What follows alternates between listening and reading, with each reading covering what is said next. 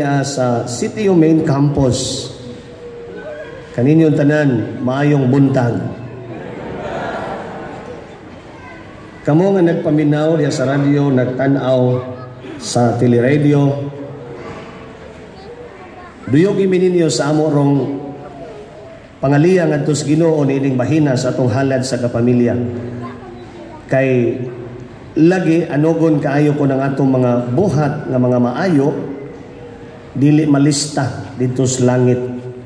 Mao ni nga ato gining gisugdan og misa pagsangpit sa Ginoo. Dihay usa ka asawa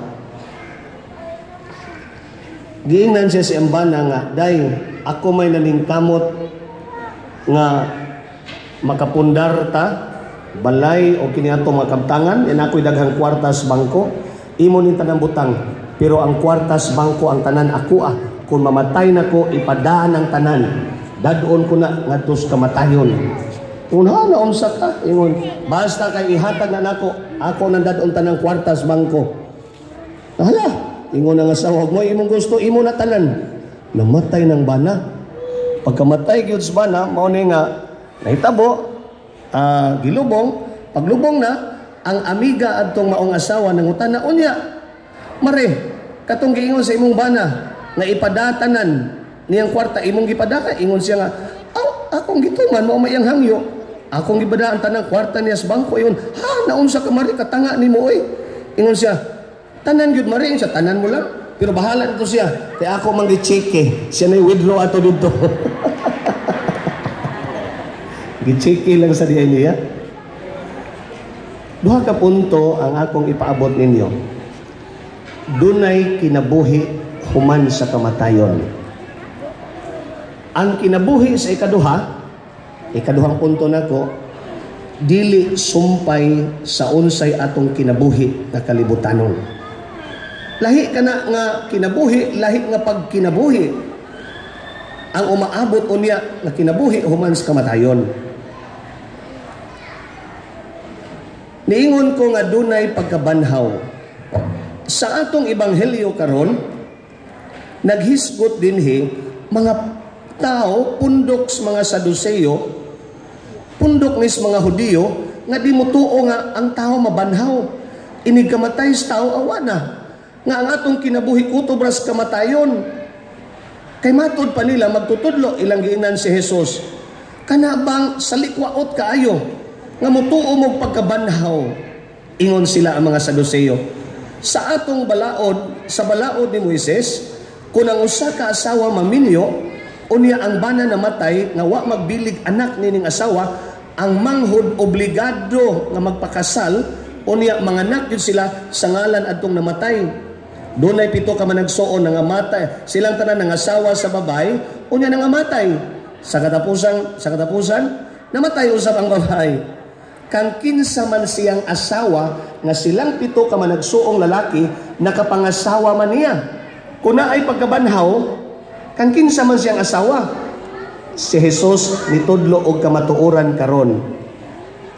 Gitudloan sila sa unsay kamatuoran sa kinabuhi. Niingon si Jesus, "Pastilan ninyo. Dunay pagkabanhaw tinuod kana apan didto sa ikaduhang kinabuhi wala nay pagminyo ay." Kaya ang ikaduha dayong kinabuhi dili sumpay sa unsay kinabuhi nato didto. Ingon si Jesus, "Didto magpuyo kamo samag mga anghel." Sila nga gibanhaw sa Dios ug tua magpuyo uban kaniya, magpuyo samag mga anghel. Mao ni ang kamatuoran. Magilhanay gihapon kita kung mga matay man ta, nindot magog kaini, kay wa man ta makaadto pa ba, apan gisultihan lang ta sa Ginoo, pinaagi sa santos nga Biblia. Naara nimo mutuo ka, basta kay gisultihan ka. Nga didto di ay magpuyo ta sa mga anghel, dili na ta magpamilyahay didto. Ay mo pagto nga managtiayon mo diri, inig-abot dito magpuyo lang gihapon mo. Kay naa kay mga anak din niya, pag abot dito sa mga anak, magpuyo mo isip pamilya. Naminaw mo? Dili na ta magpamilya dito. Nga Pamilyas mga 11 apelido ni Reyes, pamilya sa De Los Santos, wala na ng apelido. Kitang tanan pareho rag apelido, mga anak sa Dios, usar ta ka pamilya, mga managsuon rata, magpuyo kitag samag anghel. Og ang atong kalipay wa na sa imong asawa, sa imong bana o sa imong mga anak. Ang atong kalipay nga nalangit na ta og atong kalipay ang pagsud-ong sa Dios, ang pag-uban kaniya nga naa kita sa presensya sa Dios, maunay atong katagbawan, maunay dako natong kalipay. Mao na nga ang kalipay gidi ay sa ato ang kalag, mao nga malangit kita kay gibuhat kita sa Dios para mahiusan niya dito sa langit. Naminaw mo? Naminaw mo ba? Nga mahiusa kita dito sa langit. Mao na nga ang atong kalag kay gihimo man para sa Dios, gihimo sa Dios, mao nga wa gyud makatagbaw nato nga mga butang ining kalibutana. Bisag mag-unsa pa kag pangita sa mga kalipay ining kalibutana, di jud ka matagbaw. Kay ang imong kalag, ikaw tao, gibuhat sa Dios. Ang imong katagbawan mao ang Dios. Og ang imong katagbawan maangkon lamang kung tuan na ka sa iyang kiliran. Mao na nga naadi ay langit, naadi ay kinabuhi nga labihang ninduta nga makapalipay gyud nato. Mao nga maningkamot gyud ta nga malangit ta. Kay mao man ang giingon nga kamatuoran sa ebanghelyo. Na aron malangit gyud ta, timan-i unsay atong mga binuhatan dinhi, duna kini sangputanan. Kung maayo kag binuhatan, dako kay kag chance nga malangit.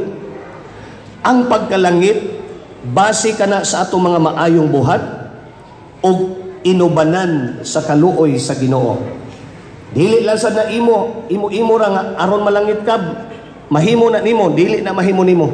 Uban ginas kaluoy sa Ginoo og sa iyang panabang, malangit ka. Mao na nga og nganhis kalibutan nagpatuyang lang ka, gibuhong nimo imong kaugalingon, wa kay pagpanumbaling sa uban, mamiligro ka. Mao nga hibaw kadtong dato nga namatay, istorya ni Lazaro diha sa ebanghelyo, dihay dato nga namatay. Si Lazaro in town, purting pobriha, niya nag-antos siya mga sakit sa dinhi pas kalibutan. Ang dato haruhay kayo, luho kay panimuyo. Nangamatay silang duha, ang dato hain punta dito sa impyerno. Apan si Lazaro nga nag-antos dinhi, naadto sa langit. Nganong naadto man ang dato sa impyerno? Ay kay daghan kay siya kwarta, wa man niya itabang sa mga nang naa si Lazaro nga gibutang sa iyang yung tugkaran sa iyang gate, nga inigawas niya makit-an, wa gid niya tabangi. Mao nga anda kung sa niya ang wa gyud pagtabang sa iyang isig ta tawo. Mao nga dunay daghan kanato og dili lang imong daghan, pitang tanan nakadawat sa panalangin sa Ginoo. Lain-lain lang ang atong panalangin nga nadawat. Uban daghan kaayo, uban gamay ra, pero ang tanan way ikamahay kay gipanalanginan sa Ginoo. Mao nga karong adlaw atong gisaulog ang pagpaambit sa mga gasa nga gihatag sa Ginoo nato. Mao ni nga nahitabo ang halad sa pamilya. Kay wap ay nagpaambit, wap atay mga volunteers, wap atay mga donors, wap atay mga staff sa ABS-CBN, DYAB, MOR, wap ay mga sila nga nagpahigayon ini, waon tata dinhi, pero ang kanindot mao nga ang ilang mga gasa ilang gipaambit nato. Mao ni nga salamat na atay mga medisina, pagkaon, na atay volunteer doctors, no? Na atay mga services karon.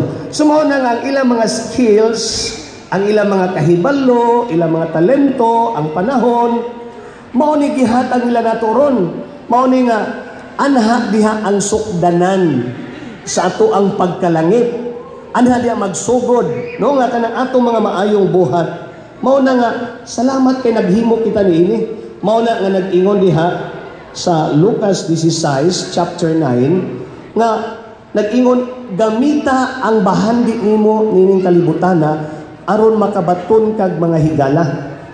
Aron sa ingon, mahurot ng imong bahandi, ang puloy-anan sa langit, giandam alang kanimo.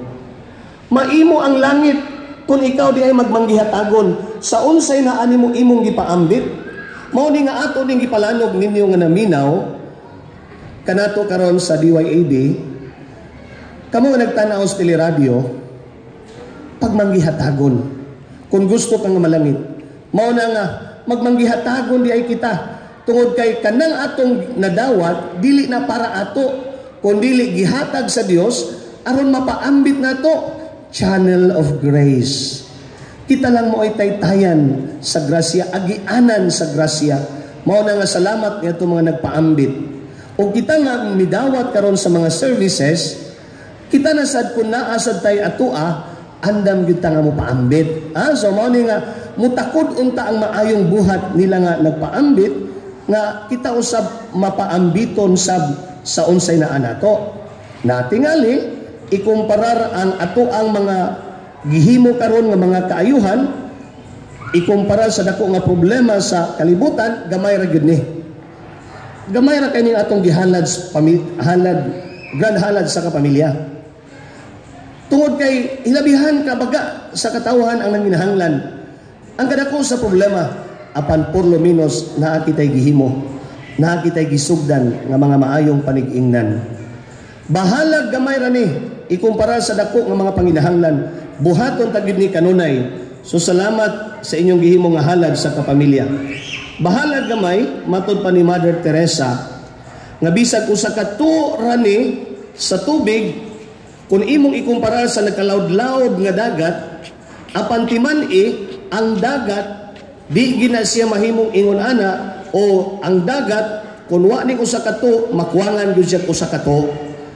Ingon si Mother Teresa karon santa na, we know only too well that what we are doing is not more than a drop in the ocean. But if the drop were not there, the ocean would be missing something. Mao ni nga di basta-basta lang. Kamuin ka, gamaya ra ni drop of the ocean naman ni. Dako kaayo og naadyoy kuwang.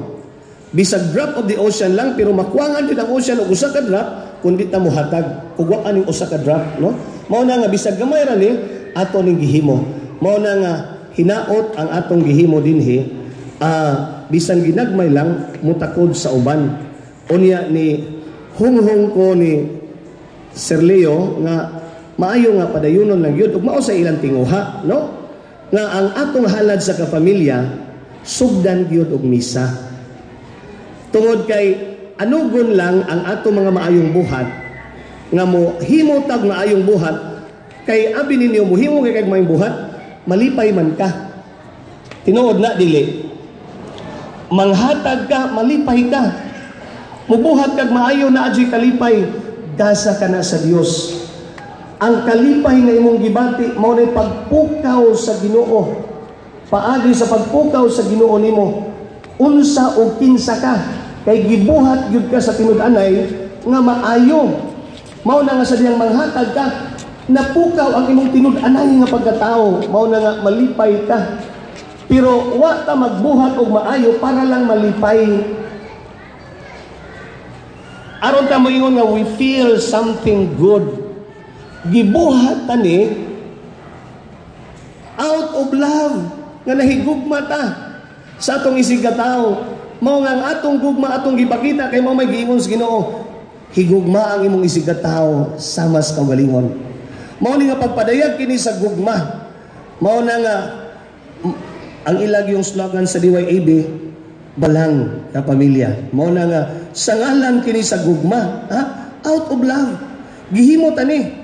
Gihimo taning maayong buhat aron ta nga di lang ingon ganahan kay di man ta mga philanthropist, Kristiyanos man ta, mga managsuon man day tang tanan, do na man day tay paingnan, naa man day nindot nga lugar o naa man day nindot nga dapit unya nga atong adtuan, mangadto ta aron mapanalanginan ang atong mga buhat ug aron ang atong mga buhat malista gini sa langit. Ang atong halad sa kapamilya gisugdan gyud og santos nga misa. Mao na nga ang ato rong misa paghalad kini nato sa atong mga buhat ngadto sa Ginoo. Kaya ang atong mga buhat nga maayo, anogon lang kung dili nimo ihalad sa Ginoo. Mura ra kag daghan kay kag kwarta, imong gibilin sa bangko, unya nilakaw ka nga wa kay bank account sa bangko nga imong gibilin sa imong kwarta. Naminaw mo? Mao na nga ang imong kwarta kun ang ato nga mga buhat ron dunay indulhensya, kinahanglan nga ato yung isang as Ginoo nga kung ibutang ta kun kwarta pa ni adto tas bangko atong gideposito, doon na